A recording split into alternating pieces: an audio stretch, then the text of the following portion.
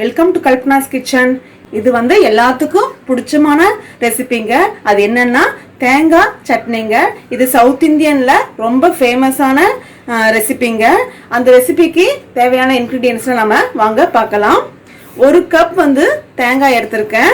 இது வந்து ஃப்ரெஷ்ஷாக வந்து உடச்ச தேங்காய் எடுத்தால் இன்னும் சூப்பராக இருக்கும்.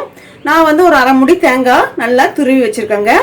ஒரு 50 ml பால், 2 டேபிள் ஸ்பூன் உடச்சக்கல்ல, 3 பச்சை மிளகா, கொஞ்சம் கறிவேப்பிலை, கொஞ்சம் இஞ்சியும் கொஞ்சமாக புளியும் நான் இந்த பிளேட்டில் வச்சுருக்கேன். இது வந்து தாளிக்கங்க. 1/4 டேபிள் ஸ்பூன் கடுகு, 1/4 டேபிள் ஸ்பூன் உளுந்து, கொஞ்சமாக சீரகம், கொஞ்சமாக வடகம், கொஞ்சமாக கறிவேப்பிலைங்க. இவ்வளோதான் வந்து இதுக்கு இன்க்ரீடியன்ஸ். நீங்களும் ரெடி பண்ணி வச்சுக்கோங்க. இது நெக்ஸ்ட் ஸ்டெப்பாக வந்து எல்லாத்தையும் மிக்சியில் போட்டு நாம் கொஞ்சம் கொரகொரப்பாக அரைச்சி எடுத்தால் நம்மளோட தேங்காய் சட்னி சூப்பராக ரெடி ஆயிடுச்சுங்க. தேங்காய் சட்னிக்கு இன்க்ரீடியன்ஸ்லாம் பார்த்தோம் இல்லைங்களா? இப்போ வாங்க எப்படி அரைச்சிக்கலான்னு பார்க்கலாம். மிக்சி ஜார் எடுத்துக்கோங்க. நான் அரை முடி தேங்காய் ஆட் பண்ணிக்கலாம். 2 டேபிள் ஸ்பூன் பொட்டுக்கடலை, இஞ்சி, கொஞ்சம் கறிவேப்பிலை, 3 பச்சை மிளகா, புளி வந்து கொஞ்சமாக, உப்பு வந்து கொஞ்சமாக போட்டு இதை வந்து நான் 1/2 ஸ்பூன் போட்டிருக்கேன். போட்டு இந்த பாலை வந்து கொஞ்சமாக 2 தடவை விட்டு அரைச்சிக்கலாங்க. நம்ம அரைச்சப்புறம் நம்ம பார்க்கலாங்க.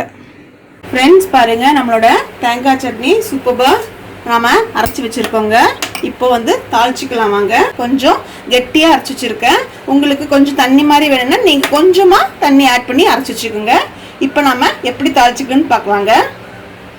கடாய் வச்சுருக்கேன். 1 டேபிள் ஸ்பூன் ஆயில் விட்டுருக்கேன். கடுகு, உளுந்து, சீரகம், அந்த வடகம் எல்லாமே ஆட் பண்ணிக்கோங்க. நல்லா வெடிக்கட்டும். வெடிச்சப்பறம் கறிவேப்பிலை போடுங்க. சப்போஸ் உங்களுக்கு இதில் காரம் பத்தலைன்னா இதில் ஒரு உரமிளகா கூட நம்ம ஆட் பண்ணி இதில் சேர்த்திக்கலாங்க. எனக்கு உப்பு காரமெல்லாம் எனக்கு வந்து கரெக்டாக இருக்குது. ஸோ நான் எதுவும் ஆட் பண்ணலங்க. நல்லா வெடிச்சிருச்சிங்க. இப்போ நம்ம எடுத்து இது மேலே அப்படியே ஆட் பண்ணிடலாங்க. அவ்வளோதான், நம்மளோட தேங்காய் சட்னி ரெடி ஆயிடுச்சுங்க. ஃப்ரெண்ட்ஸ் பாருங்கள், நம்மளோட சுவையான தேங்காய் சட்னி ரெடி ஆயிடுச்சுங்க.